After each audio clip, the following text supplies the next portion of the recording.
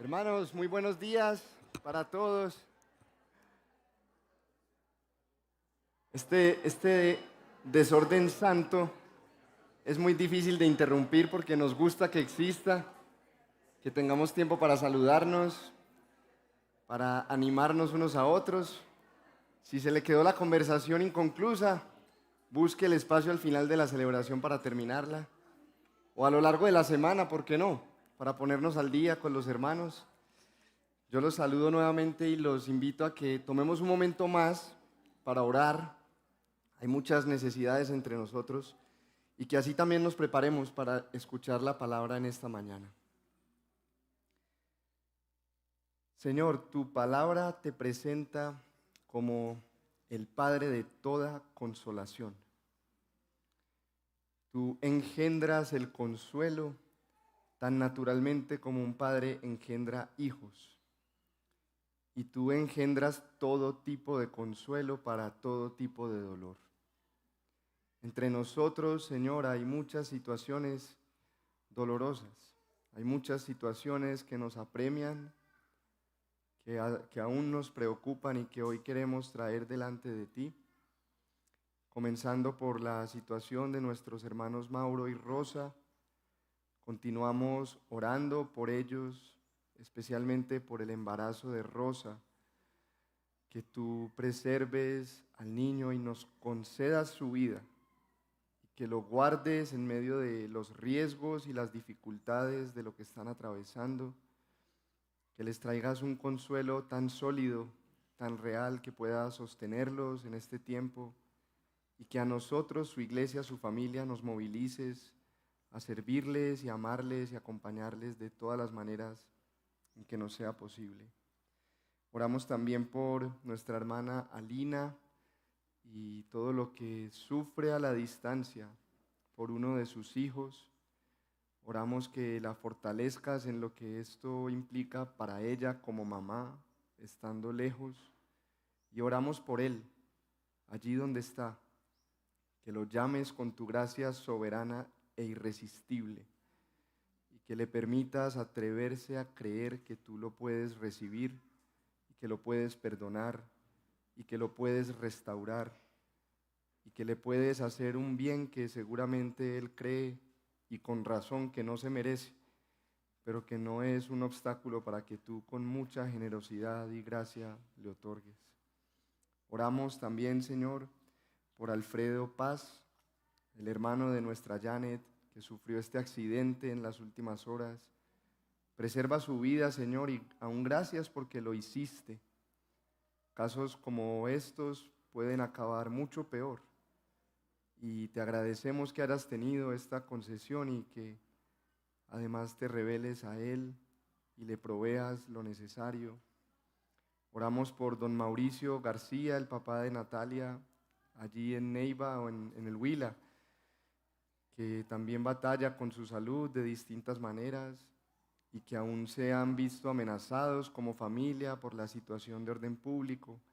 Te rogamos que los guardes allí donde están y que les preserves, que también a ellos tengas a bien revelarles una esperanza segura para esta vida y la siguiente. Y te pedimos por esta familia pestana de la que nos hablaba Yuri, que han enfrentado la pérdida y que se encuentran en condiciones tan precarias. Oramos que también a ellos tú les alcances con esa misericordia sin límite que puede brotar de tu corazón. Y finalmente oramos por nosotros, Señor, que en muchas otras maneras necesitamos un ancla segura en medio de esta vida, que tú nos permitas ver dónde ésta se halla y aferrarnos a ella con todas nuestras fuerzas en esta mañana por medio de tu palabra. Despiértanos en todo el sentido de ese término, ilumina nuestras mentes y nuestros corazones para que hoy podamos recibir tu palabra debidamente, Señor, y que mi propia debilidad no sea un impedimento para que hoy escuchemos tu voz y que no endurezcamos nuestros corazones. Así te lo pedimos en el nombre de Jesús. Amén y amén. Bueno, hace poco más de un mes mi familia y yo pudimos contemplar una postal maravillosa, una de esas visiones que nos ayuda a entender por qué el salmista dijo que los cielos proclaman la gloria de Dios y el firmamento anuncia la obra de sus manos. Fue un momento hermoso en el Caribe colombiano, una visión que no podría haber capturado con justicia ninguna fotografía. Parados frente al mar, viendo la puesta del sol, los colores del ocaso, la inmensidad del océano, el sonido de las olas, el viento fresco en la cara, la risa de los niños por ahí alrededor. Y ante tanta hermosura es muy difícil imaginar que ese mismo mar es capaz de ser tan aterrador y tan amenazante como pocas cosas en este mundo, que es capaz de exponer nuestra pequeñez con toda su inmensidad, que es capaz de demostrarnos que en comparación somos insignificantes, no solo pequeños, y que tiene el potencial para destruir casi cualquier cosa a su paso. Es insondable, es impredecible y es indomable. Hagamos uso de la imaginación. Imagínate que estás en alta mar, en medio de un huracán, en una tempestad que no te deja ver ni el sol ni las estrellas, que estás a bordo de un barco rudimentario, que no tiene algunos de sus equipos más básicos y que no tiene ni idea ni dónde se encuentra ni para dónde va. ¿Cómo te sentirías en una situación así? Yo me atrevo a responder, como dice Mari por aquí, inseguro, muy atemorizado, completamente impotente. ¿De dónde me agarro? Vulnerable, desesperanzado.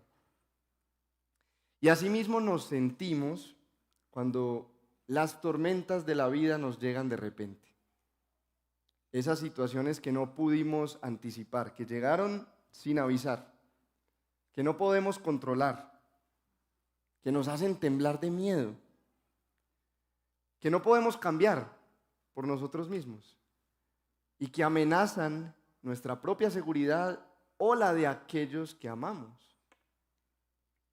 ¿Has vivido alguna de esas situaciones?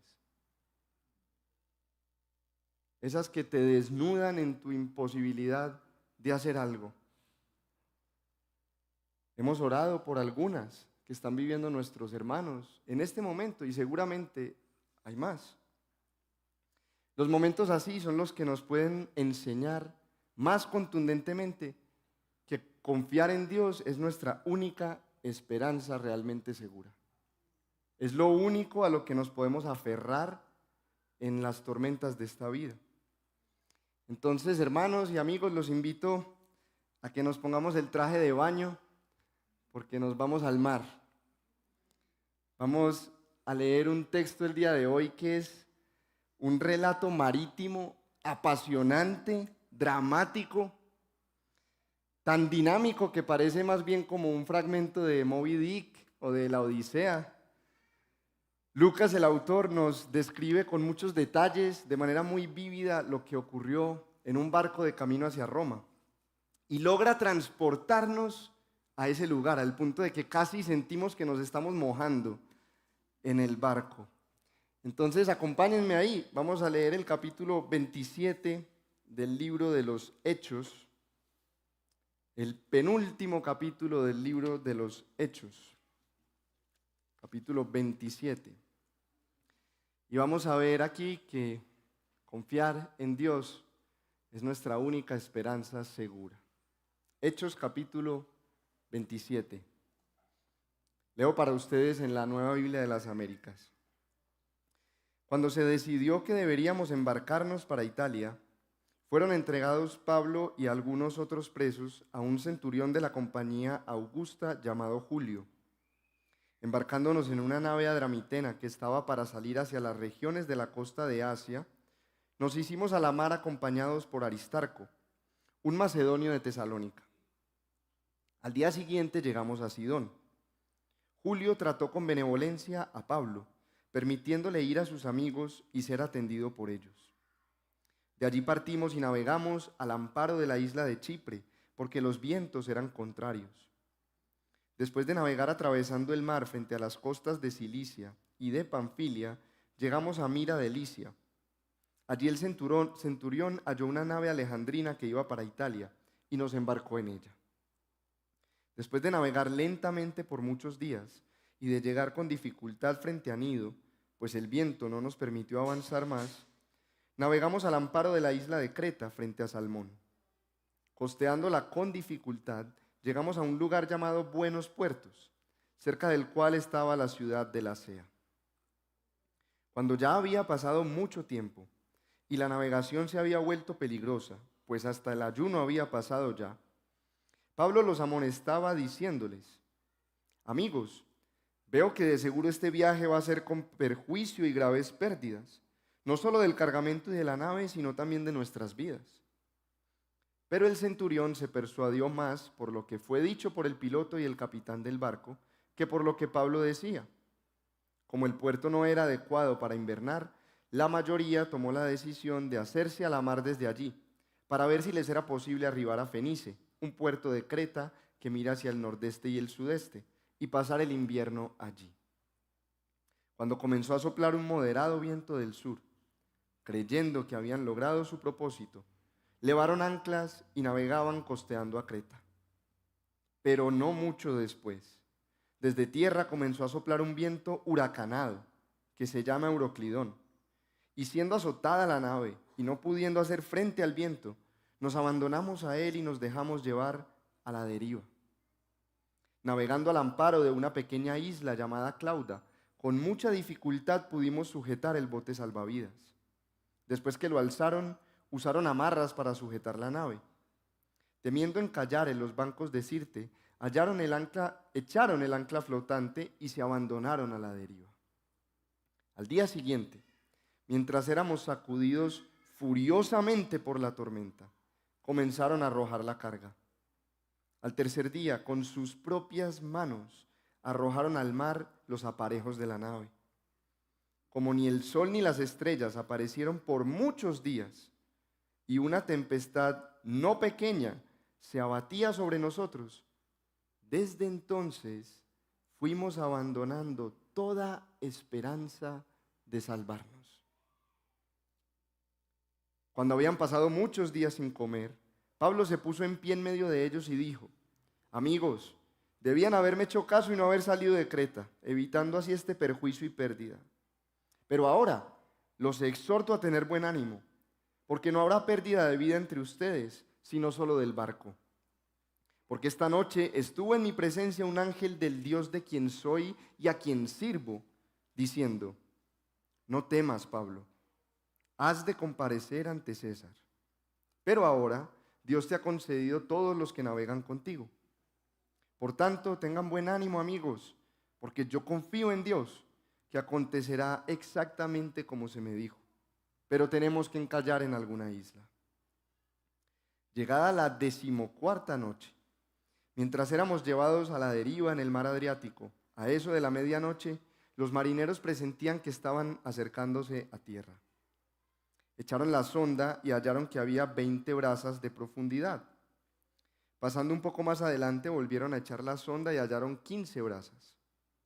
Temiendo que en algún lugar fuéramos a dar contra los escollos, echaron 4 anclas por la popa y ansiaban que amaneciera. Como los marineros trataban de escapar de la nave y habían bajado el bote salvavidas al mar, bajo pretexto de que se proponían echar las anclas desde la proa, Pablo dijo al centurión y a los soldados: si estos no permanecen en la nave, ustedes no podrán salvarse.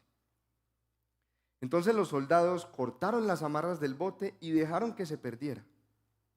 Cuando estaba a punto de amanecer, Pablo exhortaba a todos a que tomaran alimento, diciendo: hace ya 14 días que velando continuamente están en ayunas, sin tomar ningún alimento. Por eso les aconsejo que tomen alimento, porque esto es necesario para sobrevivir. Porque ni un solo cabello de la cabeza de ninguno de ustedes perecerá. Habiendo dicho esto, Pablo tomó pan y dio gracias a Dios en presencia de todos. y partiéndolo comenzó a comer. Entonces todos, teniendo ya buen ánimo, tomaron también alimento. En total éramos en la nave 276 personas. Una vez saciados, aligeraron la nave arrojando el trigo al mar. Cuando se hizo de día, no reconocían la tierra, pero podían distinguir una bahía que tenía playa, y decidieron lanzar la nave hacia ella si les era posible. Cortando las anclas, las dejaron en el mar, aflojando al mismo tiempo las amarras de los timones. Izando la vela de proa al viento, se dirigieron hacia la playa, pero chocando contra un escollo donde se encuentran dos corrientes, encallaron la nave. La proa se clavó y quedó inmóvil, pero la popa se rompía por la fuerza de las olas. El plan de los soldados era matar a los presos, para que ninguno de ellos escapara a nado. Pero el centurión, queriendo salvar a Pablo, impidió su propósito y ordenó que los que pudieran nadar se arrojaran primero por la borda y llegaran a tierra, y que los demás siguieran, algunos en tablones y otros en diferentes objetos de la nave. Y así sucedió que todos llegaron salvos a tierra. Esta es la palabra del Señor y el texto del cual esperamos demostrar que confiar en Dios es nuestra única esperanza segura. En primer lugar, porque la confianza en el hombre es incierta. En segundo lugar, porque Dios ofrece precisamente una esperanza así, segura. Y finalmente, porque esa esperanza que Dios ofrece nos da vida. Empecemos viendo que la confianza en el hombre es incierta. Los primeros 20 versículos de este largo relato, casi la mitad, nos muestran a los hombres a cargo. Los hombres están enfrente. Esto ni siquiera parece un relato de la Biblia, hasta ese punto. Esto parece más bien un reporte de navegación de cualquier marinero, algo completamente ordinario y rutinario. No hay ni una sola mención al nombre de Dios, ni a nada, entre comillas, espiritual. Al contrario, todo parece desarrollarse normalmente en los términos náuticos y aún técnicos que podrían describir un viaje como este. En este pasaje vemos a un centurión, Julio, un hombre de reputación porque pertenecía a unas tropas muy selectas, un hombre confiable para el Imperio Romano, que está encabezando a todos los demás hombres del barco en su toma de decisiones. Aquí se toman un montón de decisiones. En qué momento debían salir para Roma, los barcos que debían abordar, la ruta que debían seguir, lo que se le permitía hacer a los pasajeros y a los presos y lo que no, etcétera, etcétera. Pero también leemos en estos primeros versos que había complicaciones inesperadas en este viaje. Cuando el texto dice varias veces que tuvieron que viajar al amparo de alguna isla o a sotavento de alguna isla, que sería el término técnico, lo que quiere decir es que tuvieron que cambiar la ruta original y que tuvieron que irse por el lado contrario de la isla, lo que no era lo habitual. El versículo 8 nos dice que cruzaron al otro lado con dificultad porque los vientos eran contrarios. También el verso 4. Y en el verso 7 leímos que navegaban lentamente por muchos días y que con mucho esfuerzo llegaron a uno de los puertos porque los vientos no les permitían avanzar más. Sin embargo, los hombres del relato ignoran los riesgos y pretenden poder resolver y sobreponerse a todo. Y siguen adelante. ¿Por qué?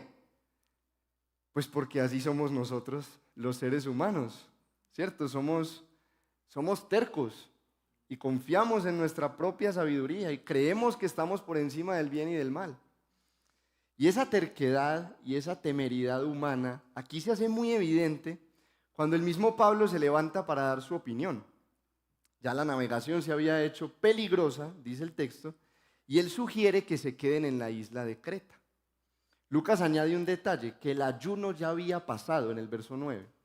Ese ayuno se refiere al día de la expiación, el Yom Kippur que celebraban los judíos una vez al año, entre septiembre y octubre, y que marcaba la época a partir de la cual los marineros experimentados ya no se lanzaban al mar Mediterráneo, precisamente porque era peligroso navegar. Pero el centurión, dice el verso 11, que se persuadió más por la opinión de los expertos, el piloto de la nave y el patrón de la nave, el dueño de la nave, y en el verso 12 que se dio a la presión de la mayoría, que insistieron en zarpar y buscar otro puerto para invernar. En el verso 13 vemos cómo podemos ser de ingenuos cuando estamos determinados a hacer lo que queremos hacer. Dice el verso 13 que al sentir un leve viento del sur, creyeron que habían logrado su propósito e inmediatamente se lanzan al mar. Y miren cómo comienza el verso 14.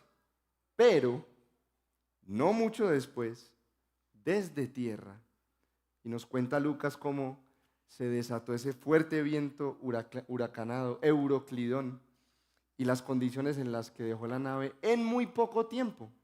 Casi inmediatamente después de zarpar, este barco ya se encuentra a la deriva. A la deriva significa sin dirección o propósito fijo, a merced de las circunstancias. Y la cosa se complica. Dice Lucas que con mucha dificultad logran amarrar el bote salvavidas, una última esperanza de escape, y que amarran el casco de la nave para reforzarlo. Esto nos pinta la imagen mental de que ya el barco se estaba empezando a desarmar y tuvieron que pasarle unas sogas alrededor para mantenerlo un poquito más estable. Imagínense lo que es estar en un barco así, que ya se está empezando a caer a pedazos o que está amenazando con desbaratarse. Y como si esto fuera poco, las cosas se complican todavía más. El verso 17 nos dice que echaron al agua lo que nuestro texto traduce como el ancla flotante. Eso eran parte de las velas, o sea que implicaba renunciar a parte del control del barco. En el verso 18 tiran la carga, que más adelante sabremos que es de trigo, al mar, renunciando también a la posibilidad de sobrevivir por muchos días en caso de un naufragio largo. Y que además, en el verso 19, entre todos, los presos, los soldados y los tripulantes, echan con sus propias manos al mar los aparejos de la nave. Los aparejos eran como los equipos, como el mobiliario, los muebles que habían dentro del barco. Y esto nos lleva al punto más oscuro y más crítico y más profundo del relato. Al punto en que Lucas, que es al mismo tiempo el narrador y uno de los personajes, concluye en nombre de todos los que estaban en el barco, ¿qué es lo que pasa cuando confiamos en los recursos humanos solamente? Versículo 20. Empezamos o fuimos abandonando toda esperanza de salvarnos. La confianza en el hombre y en los recursos humanos y depender solamente de esto nos lleva a este fin, a la desesperanza. Lucas está haciendo este punto de manera muy dramática en esta parte del capítulo. Y hay muchas situaciones, como decíamos hace un rato en esta vida, que nos pueden llevar a ese punto, en el que después de ver agotadas todas nuestras posibilidades humanas, en el que después de haber hecho todo lo que estaba a nuestro alcance, aún así tenemos que admitir que somos incapaces de salvarnos a nosotros mismos. Dios se va a encargar muchas veces de que fracasemos en nuestras pretensiones para que entendamos esta profunda realidad, que además le está haciendo como un guiño a la salvación de nuestras almas, que nosotros no podemos salvarnos a nosotros mismos, que nosotros no somos suficientes. Cuando vamos a la piscina, mi hija Abigail y yo tenemos la costumbre de rescatar todos esos bichitos que terminan en el agua, avispitas, abejitas, hormiguitas, y nos alegra mucho cuando podemos sacarlos y todavía están vivos y empiezan a caminar o a volar por sí mismos otra vez. El hombre es tan incapaz de salvarse a sí mismo como esos pobres animalitos. sus propios esfuerzos no hacen más que acelerar su propia destrucción. Necesitamos ser salvados por Dios en miles de circunstancias en esta vida y para la eternidad, de una manera tan desesperada que si Él no mete su mano por nosotros, con toda seguridad nos ahogamos, como esos insectos si Abigail y yo no los sacamos del agua. Entonces pregúntate, ¿dónde tienes puesta tu esperanza? ¿A qué te aferras para tu seguridad? ¿Las tormentas de tu vida te llevan a Dios o demuestran que estás confiando en ti mismo o en alguien más o en los recursos humanos? Si tu vida depende de ti mismo o de los recursos humanos, estás condenado a la desesperanza.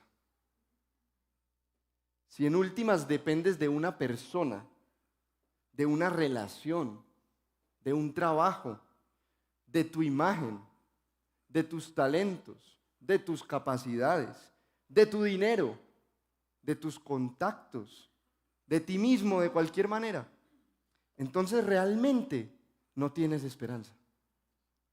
Estás tan vulnerable y tan inseguro como un barquito de papel en un tsunami. No tienes de dónde agarrarte realmente.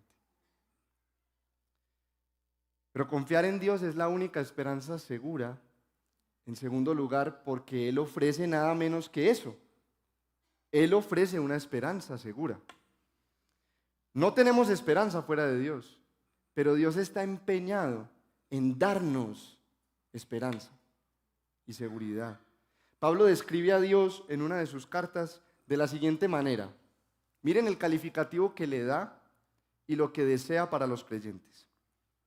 El Dios de la esperanza los llene de todo gozo y paz en el creer o en el confiar, para que abunden en esperanza por el poder del Espíritu Santo.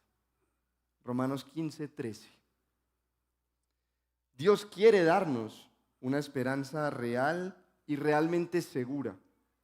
La esperanza que viene de confiar en Él mismo. Pero nosotros somos no solamente tercos, sino muy altivos y muy orgullosos. Y como ya hemos dicho, nos resistimos a soltar el control y a abandonarnos en los brazos de alguien más, sea quien sea. Dios permite las tormentas en nuestra vida no solo para demostrarnos que sin Él no tenemos esperanza, sino en su bondad para darnos la esperanza que no tenemos. Hermanos y amigos, Dios es soberano. Controla absolutamente hasta el más mínimo detalle de su creación, incluyendo el viento y el mar y las olas y todo en nuestras vidas. La Escritura dice explícitamente, tú dominas la soberbia del mar. Salmo 89:9. Y también lo dice a través de historias. Muchos recordamos lo que le pasó al profeta Jonás.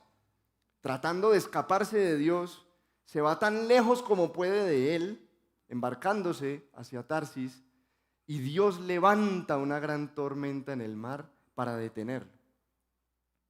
Y no nos olvidemos tampoco de otro relato marítimo muy famoso en la Escritura, la tormenta en el mar de Galilea, que Jesús calma en presencia de sus discípulos y que registran los 3 evangelios sinópticos, Mateo, Marcos y Lucas. Y que además termina con los mismos discípulos asombrados, preguntándose, ¿quién es este a quien el viento y las olas obedecen? Es Dios quien envía la tormenta, que quebranta nuestro corazón y que abate nuestro espíritu. Pero la Biblia nos asegura que lo hace para rescatarnos de nuestras vanas esperanzas y para llevarnos a la seguridad de confiar en Él. Cercano está el Señor a los quebrantados de corazón y salva a los abatidos de espíritu. Salmo 34:18.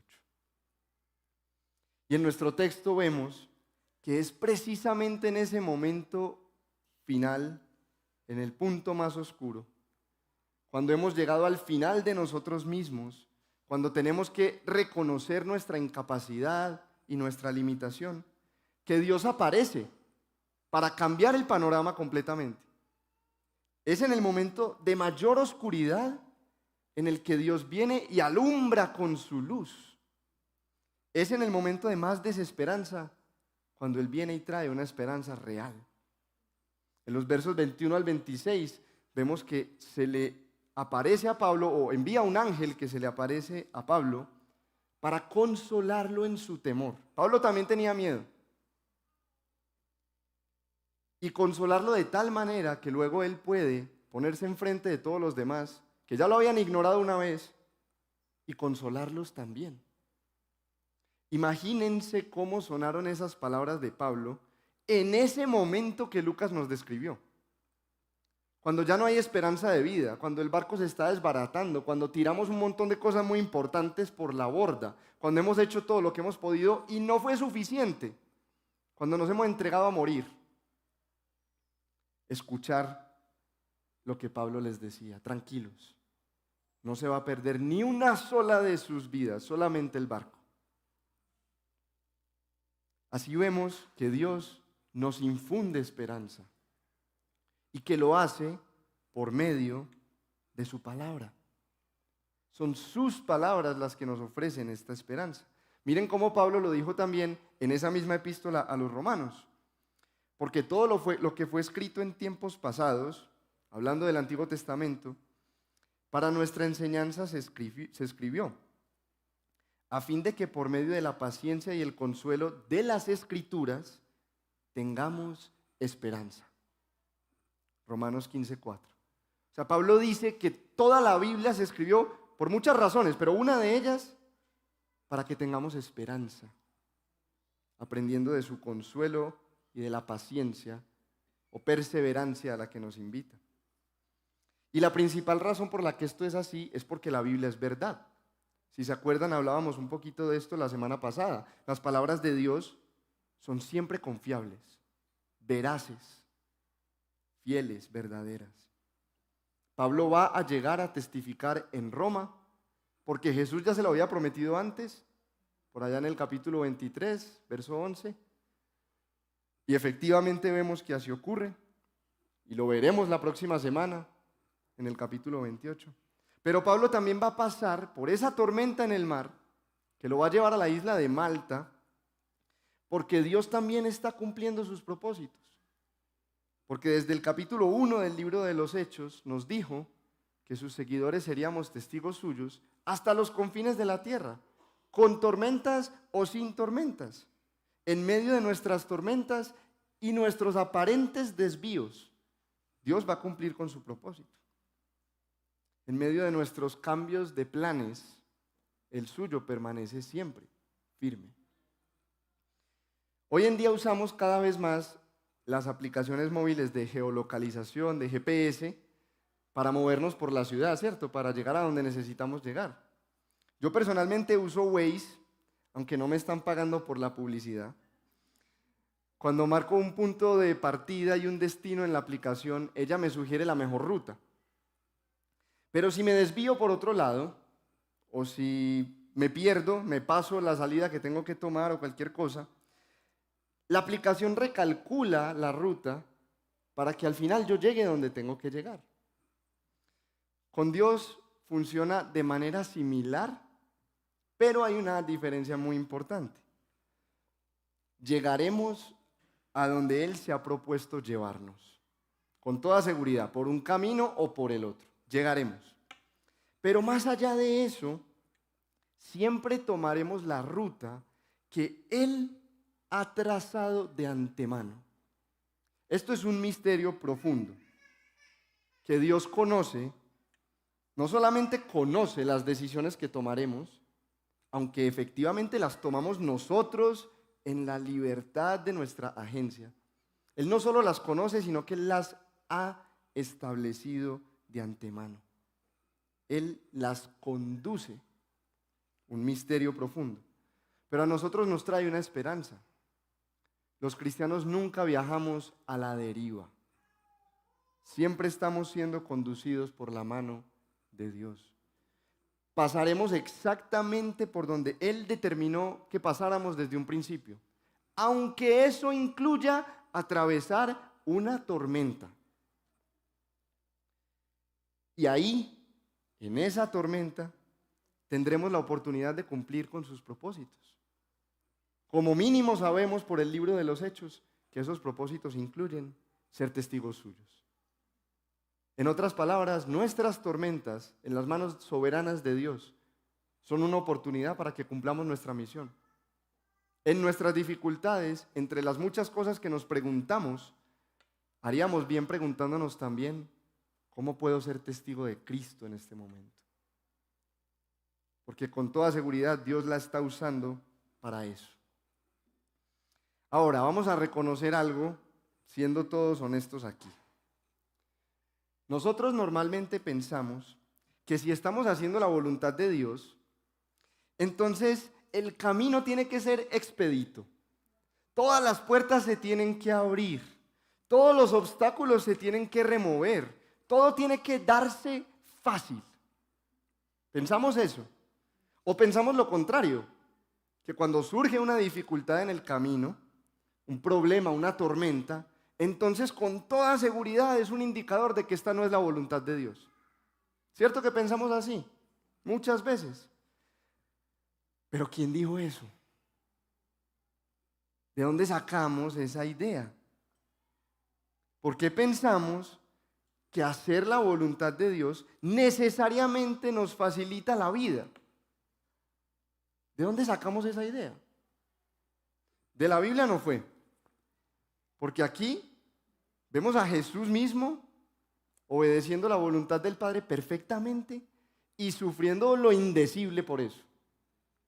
Y para no ir muy lejos, en este texto estamos viendo a Pablo en una situación parecida, cumpliendo la voluntad de Dios y encontrándose todo tipo de obstáculos y dificultades en el camino. Hay una aplicación para nosotros de todo esto, y es que nosotros no tenemos que tomar decisiones según las circunstancias. Que el viento sea favorable no significa que nos tenemos que embarcar. Pero lo contrario también es cierto. Que el viento sea desfavorable no necesariamente significa que no tengamos que hacerlo. Hay un mejor indicador y hay una mejor manera de tomar decisiones que los vientos y las mareas, que las circunstancias. Esa es la palabra firme, estable, eterna y siempre confiable de Dios. Las dificultades en el camino no siempre son señales de la desaprobación divina, así como las puertas abiertas no siempre son señales de su aprobación. Es mucho más confiable tomar nuestras decisiones según la palabra de Dios y aferrarnos a ella en todo tiempo, aunque nos resulte muy costoso tomar las decisiones según la palabra de Dios, aunque nos lleve al corazón de una tormenta, estamos mucho más seguros, aferrados a ella, que dejándonos llevar de aquí para allá por los vientos y por las olas. Porque es ahí en el camino de la obediencia a su palabra donde podemos estar seguros de que Él estará con nosotros, donde cumpliremos con su voluntad, donde tendremos esta esperanza tan firme que Él nos ofrece. Finalmente, confiar en Dios es la única esperanza segura y esta esperanza nos da vida. Aquí tenemos la oportunidad de corregir otro error muy común entre nosotros. Cuando pensamos acerca de lo que significa confiar en Dios, depender de Él. El error común nuestro es que usualmente malinterpretamos la soberanía de Dios. Y lo que hacemos es que desechamos la responsabilidad humana. Pero la Escritura presenta las dos verdades, que Dios es soberano y que el hombre es responsable, funcionando simultáneamente, yuxtapuestas una sobre la otra, sin conflicto y sin contradicción. ¿Por qué? Por una verdad teológica muy profunda que a veces ignoramos. Que Dios decreta tanto los fines como los medios para conseguirlos. Dios decreta tanto los fines como los medios para conseguirlos. ¿Cómo así? Dios es soberano y Él determina el final desde el principio y garantiza que se cumpla. Aquello que Dios dice, se hace. Punto. No hay lugar ni riesgo al incumplimiento. Para Dios, decir algo y hacer algo son la misma cosa. O sea que sí, podemos dar por hecho todo lo que Él ha dicho que hará, sin lugar a ninguna duda. Es más, hagámoslo. Demos por hecho todo lo que Dios ha dicho y ha prometido. Pero eso no significa que nosotros no tengamos que hacer nada. Veámoslo en nuestro texto. Dios prometió que no se perdería ninguna vida humana. Se lo dijo a Pablo en privado y después a todos los marineros en público. Y el final del relato nos muestra que así fue. Todos llegaron a salvo a tierra. Pero Dios también orquestó todos los medios humanos ordinarios para que se cumpliera ese fin extraordinario. Miremos cómo. Dios prometió que no se perderían vidas humanas, pero para que eso ocurriera, dice Pablo que el barco, en medio de esa tormenta, tenía que encallar en algún lado, en el verso 26. Y así efectivamente ocurrió. No había otra manera de que un barco en esa tormenta pudiera sobrevivir si no fuera encallando en algún banco de arena o algo parecido. Dios prometió que no se perderían vidas humanas, pero para que eso ocurriera era necesario, marquen esa palabra, era necesario que los marineros, es decir, la tripulación, los navegantes experimentados del barco, permanecieran a bordo. Eso es lo que Pablo le dice al centurión en los versos 30 al 32. Miren el versículo 31. Si estos no permanecen en la nave, ustedes no podrán salvarse. Cuando los marineros estaban tratando de escapar en el bote salvavidas. En este barco había 4 grupos de personas. 1, estaban los soldados romanos, incluyendo al centurión. 2, estaban los presos que iban para Roma, incluyendo a Pablo. 3, estaban los acompañantes de Pablo. Como mínimo eran 2, Lucas y Aristarco. Y estaban 4, los marineros, los navegantes, la tripulación que operaba el barco. De esos 4 grupos de personas, solamente 1 tiene el conocimiento, la experiencia y la pericia para maniobrar en el mar. ¿Cuál se imaginan que es? El de los marineros, el de la tripulación. La lógica de Pablo es bastante simple. Si esta gente se escapa del barco, estamos todos fritos. Él le está diciendo en otras palabras eso mismo al centurión. Ni ustedes ni nosotros sabemos cómo izar una vela, cómo bajar un ancla, cómo cortar las amarras del timón. ¿Dónde está eso? ¿Qué es eso? Pablo no está aquí filosofando ni espiritualizando la cosa cuando le dice al centurión, si ellos se van, estamos perdidos. Aquí el asunto era literal. Si ellos se van, los que saben manejar esto, nosotros no tenemos ninguna esperanza. Pablo no desechó la experiencia y la sabiduría náutica que puede ser muy útil para salvarlo a uno de una situación como esta. En tercer lugar, Dios prometió que no se perderían vidas humanas, pero para que eso ocurriera, había que comer. Tan sencillo como eso. Estos hombres estuvieron 14 días sin dormir y sin comer, haciendo un esfuerzo sobrehumano por mantener este barco a flote. Y pues comprensiblemente, porque ¿quién se sienta en semejante tormenta tranquilito a comerse un bocado de pan o a tomarse un café? Nadie. Ellos no es que estuvieran de crucero por el Mediterráneo, con una bebida en la mano, esperando que les sirvieran el almuerzo. Ellos estaban en medio de una tormenta, no pequeña, dice el texto, una lluvia que no cesaba ni de día ni de noche, que azotaba constantemente la nave. Ya la habían desprovisto de su mobiliario, entonces no tenían muebles, no podían ni cocinar, ni servirse la comida. Y aunque hubieran querido y hubieran podido, el texto nos dice que ya no tenían esperanza. Y cuando uno pierde la esperanza, la depresión es tan grande que ni ganas de comer dan, aunque esté la comida puesta delante de nosotros. En esas condiciones, los tripulantes podían colapsar, podían caer muertos de agotamiento, o podían estar tan débiles que no hubieran sido capaces de nadar si hubieran tenido la oportunidad de hacerlo, algo muy necesario para salvarse en una situación como esta. Y hay un detalle más. El ángel le dice a Pablo no solamente que va a llegar a Roma, el ángel le dice que Dios le ha concedido la vida de los que viajan con él. Esa expresión que Dios le ha concedido sugiere que Pablo estaba orando por eso y que Dios le contestó.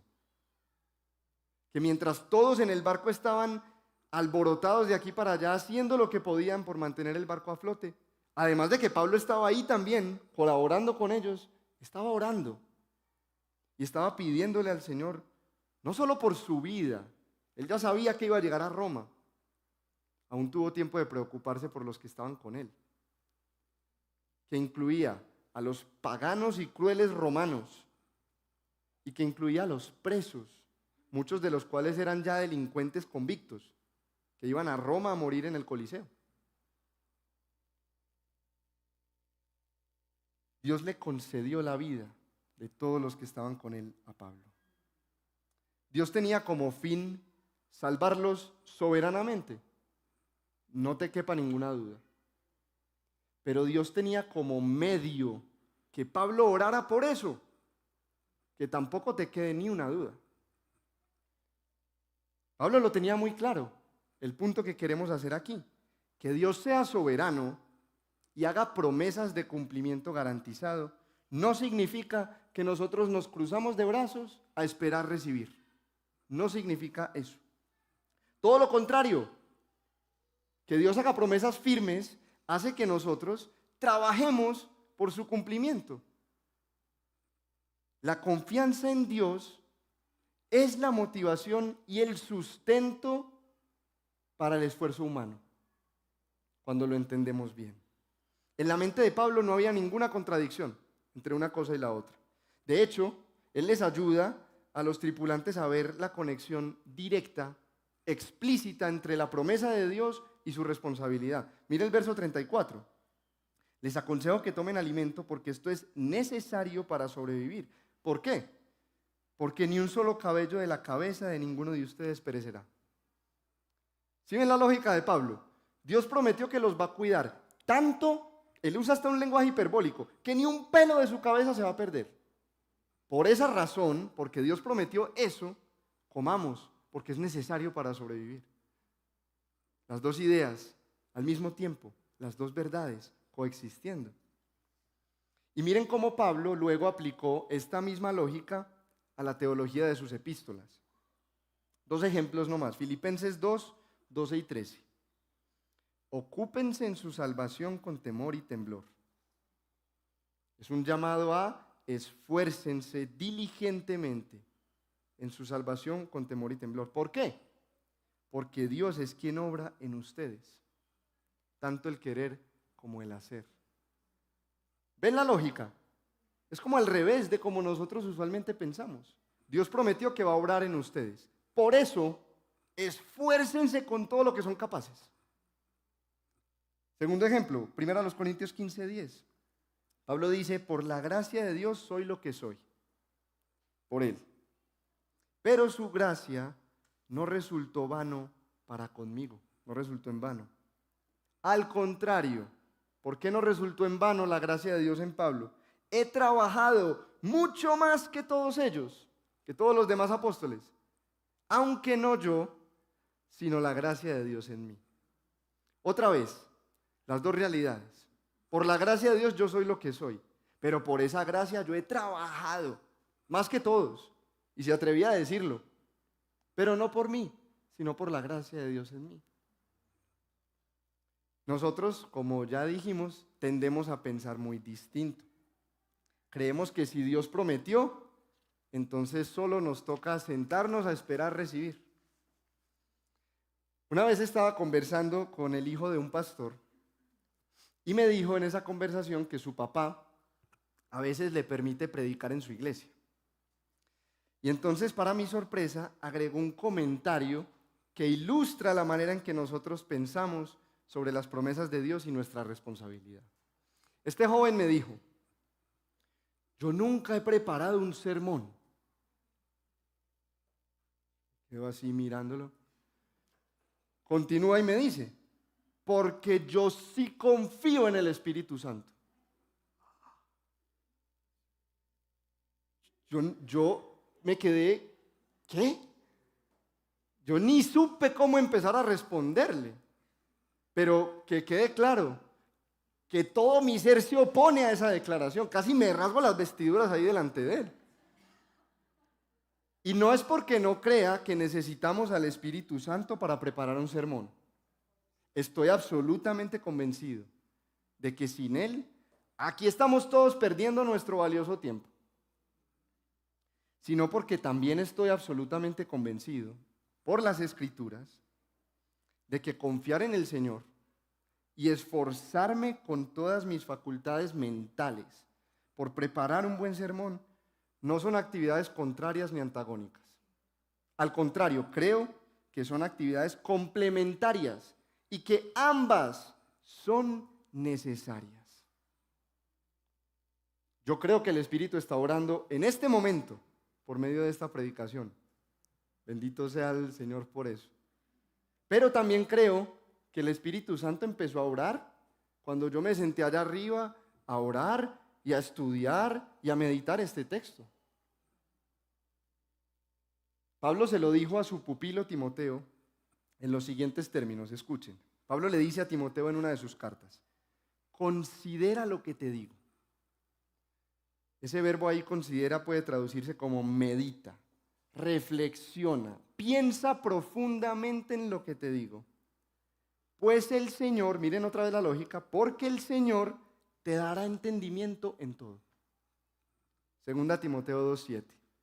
Piensa concentradamente en lo que te digo, porque el Señor te dará entendimiento en todo. Y lo que Pablo le estaba diciendo, lo encontramos en la Escritura.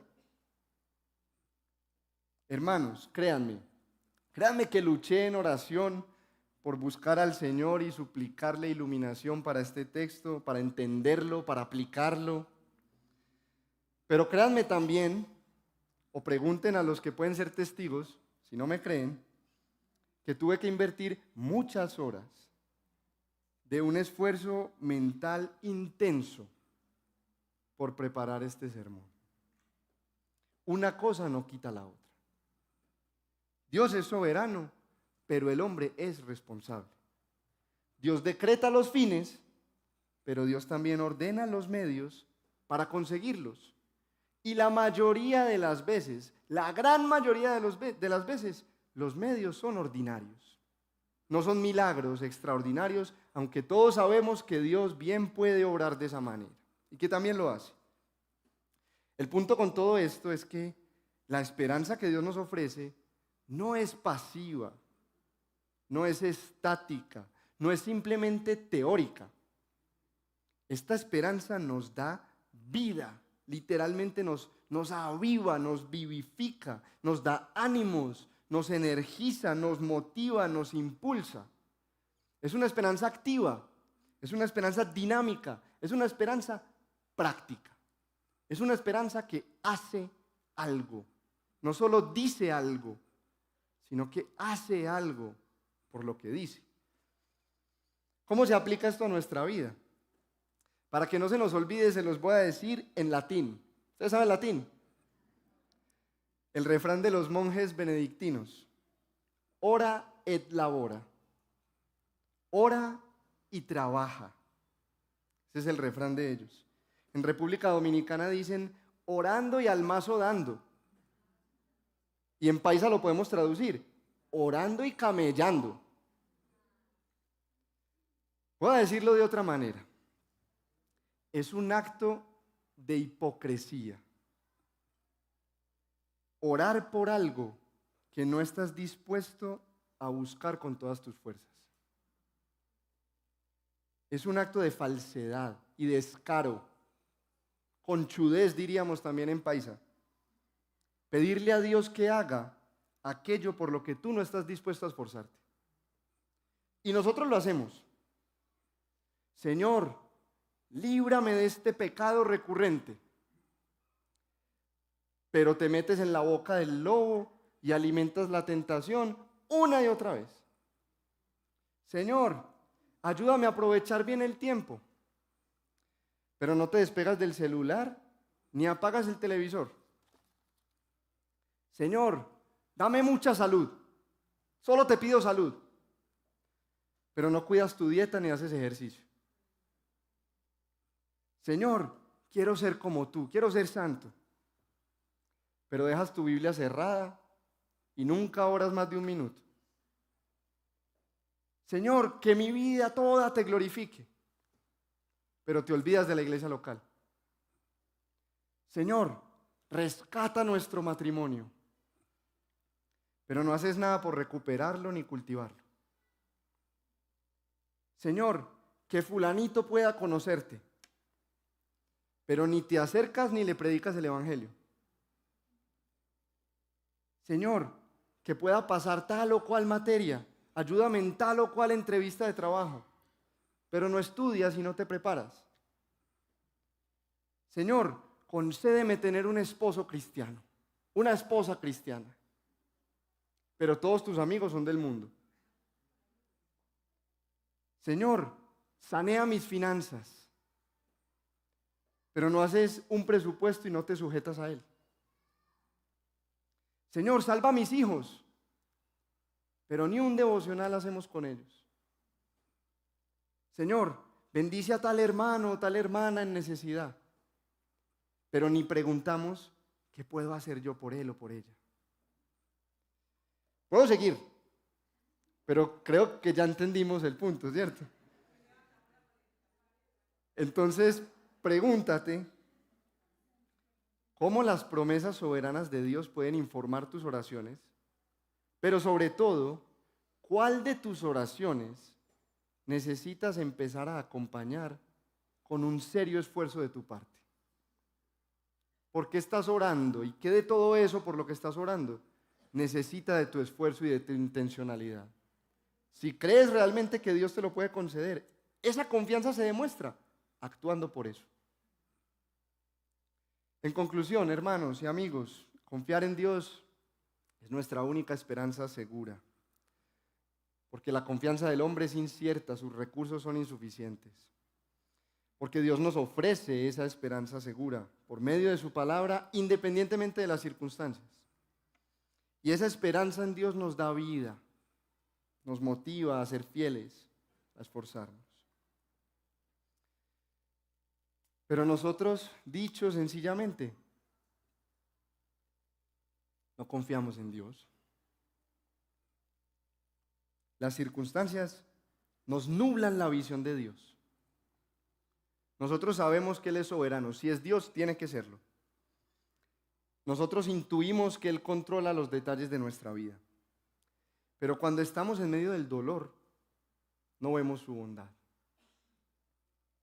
Cuando estamos preocupados, se inunda nuestra seguridad.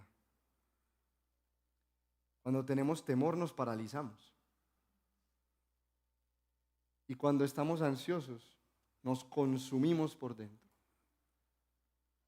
Nosotros, cuando atravesamos la tormenta, miramos a Dios con sospecha y hasta con reproche, con rabiecita, si somos honestos, en vez de confiar en Él.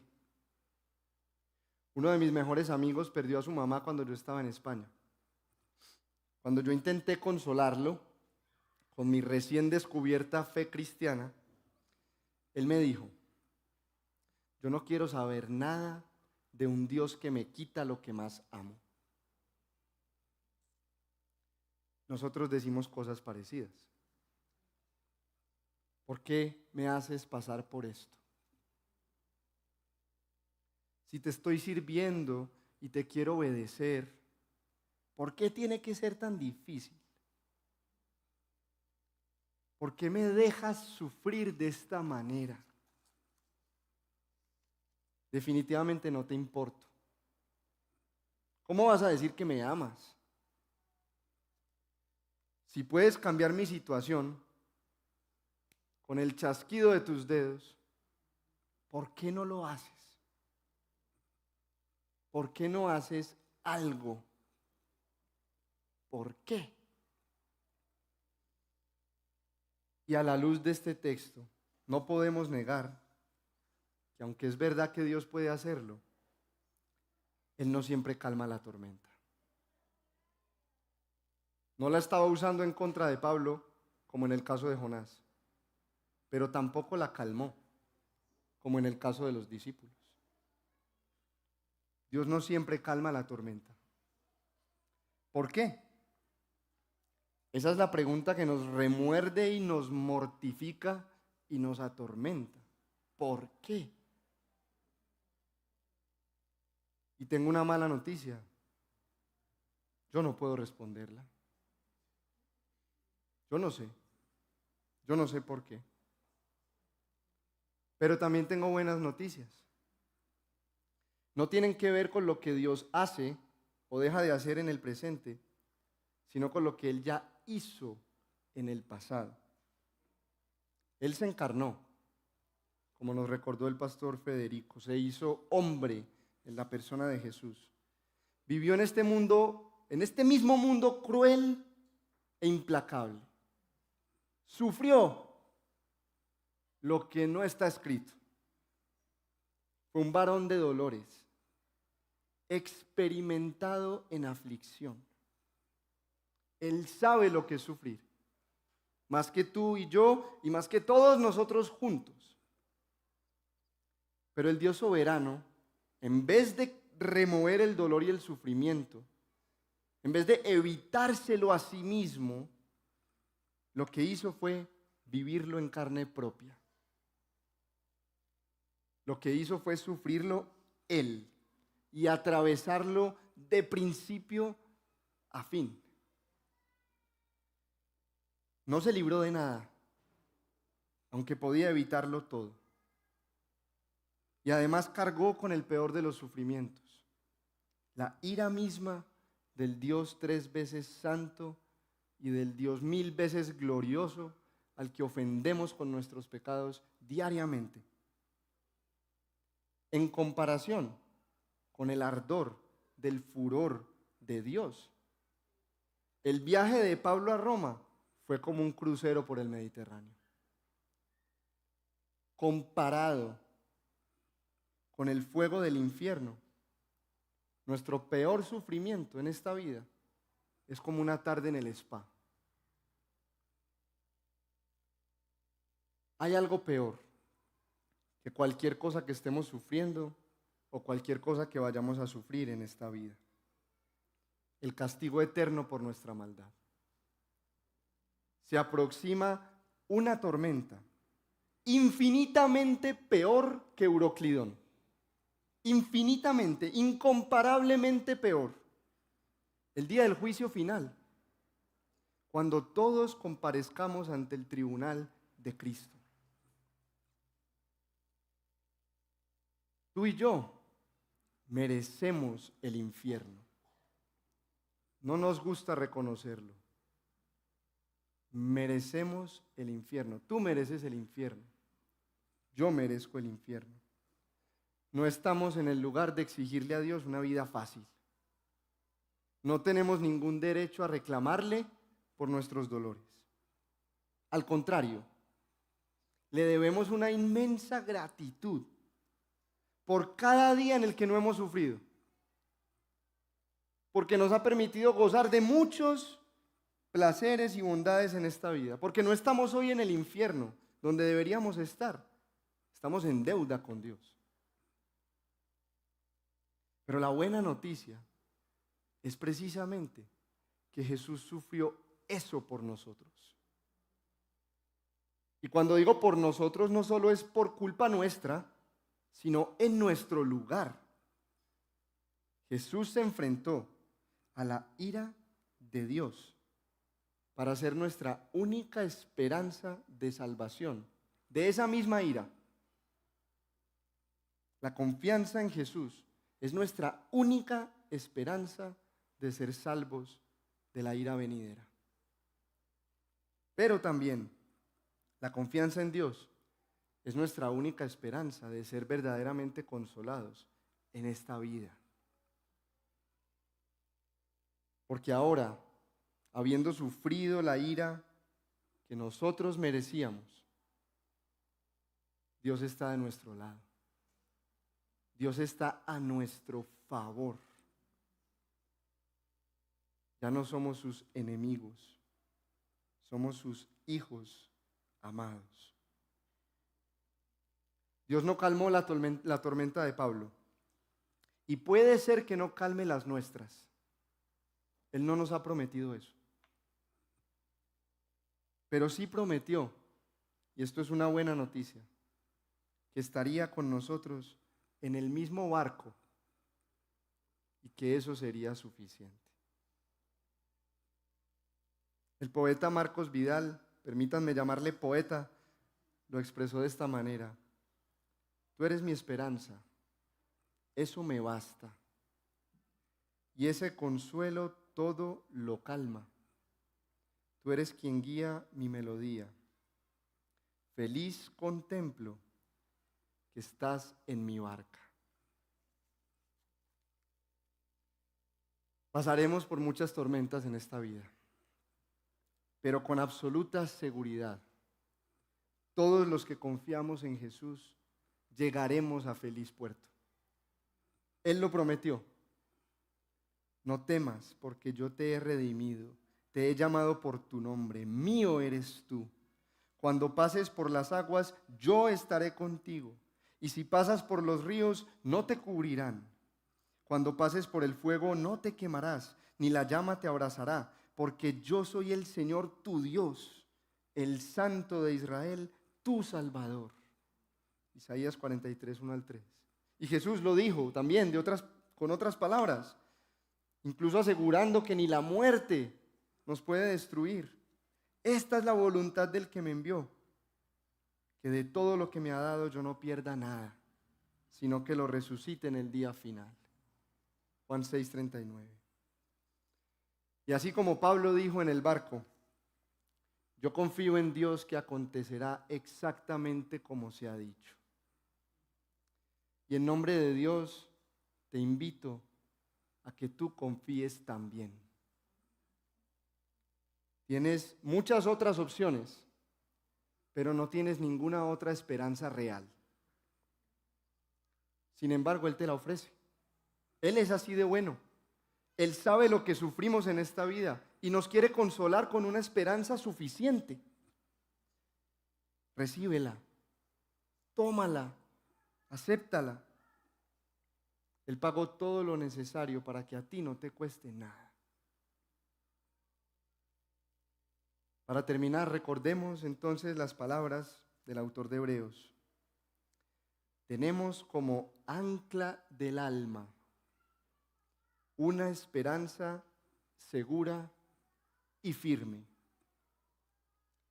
que penetra hasta detrás del velo, es decir, hasta la presencia misma de Dios, donde Jesús entró por nosotros como precursor. Hebreos 6, 19 al 20. Jesús mismo, vivo, crucificado, pero resucitado delante de Dios por nosotros, es nuestra única, pero suficiente y segura esperanza. Vamos a orar. No sin antes reflexionar por un momento cómo Dios te habla personalmente a ti. No sin antes responderle en tus propias palabras, examinando tu propio corazón.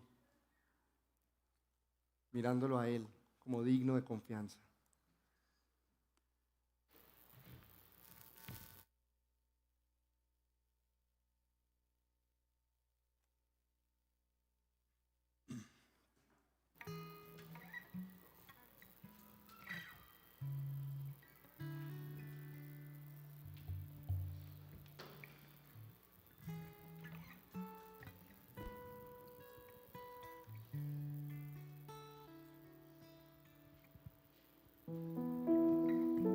Señor, como afirma tu palabra,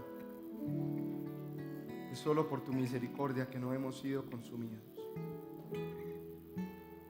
Pero tu misericordia es tan vasta, tan abundante, tan inmensa como tú mismo. No solamente alcanza para que tú te refrenes en tu enojo y decidas esperar y dar la oportunidad de recibir perdón y gracia, sino que también alcanza para convencernos de que tú no solo estás dispuesto a sufrir por nosotros, de que no solo sufres por nosotros en sentido figurado como un padre por sus hijos, sino que lo hiciste literalmente. Sufriste por nosotros. Nos amaste tanto que trastornaste el sufrimiento, aún la muerte misma, lo que más nos amenaza, lo que más tememos, y lo convertiste en nuestra mayor esperanza. La esperanza de que no solo nos perdonas, nos ofreces el rescate de tu ira, sino que además, como si eso fuera poco, nos abrazas como un padre, nos adoptas en tu familia, nos prometes tu eterna compañía desde ahora y para siempre, y nos amas con un amor que no podemos describir ni terminar de entender. Entonces hoy, Señor, nosotros queremos admitir que no somos suficientes. Lo reconocemos, no podemos, no somos capaces. Y estas tormentas son demasiado para nosotros. Pero también queremos aferrarnos a la esperanza que tú nos ofreces. A Cristo mismo, tu amado Hijo, nuestro Salvador,